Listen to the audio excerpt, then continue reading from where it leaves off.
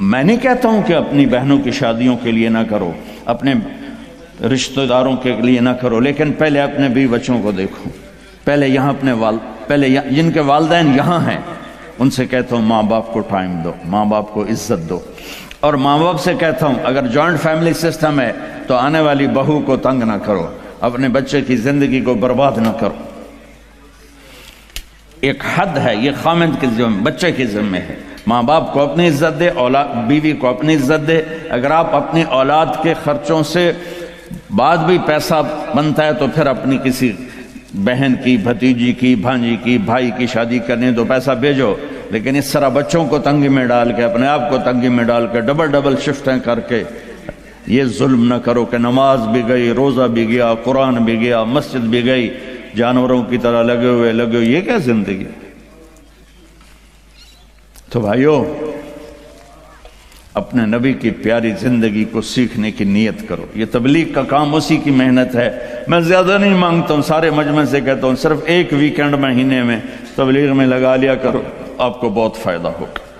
اور آج کے بعد نیت کرو کہ جھوٹ نہیں بولنا، ٹھیک ہے، دھوکہ نہیں دینا، رزق حرام نہیں کمانا۔ اور آخری بات ہے، اگر آپس میں کسی سے لڑے ہو صلح کر لو، معاف کر لو۔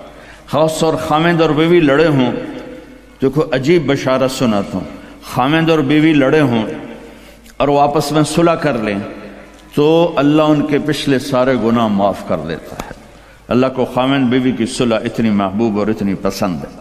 باقی جس سے بھی کوئی لڑائی جھگڑا ہے، آپ ایسی اپنی ایسوسیشن بناؤ کہ جس میں یہ جھگڑے آئیں، عدالتوں میں مت جاؤ، اپنے بناؤ، اس میں ایسے اہل علم لوگوں کو ڈالو کہ وہ آپ کے جھگڑے پنچایت کے طور پر مٹائیں۔ عدالتوں میں جا کر تو پھر وہ مزید بڑھتے بات بڑھ جاتی ہے۔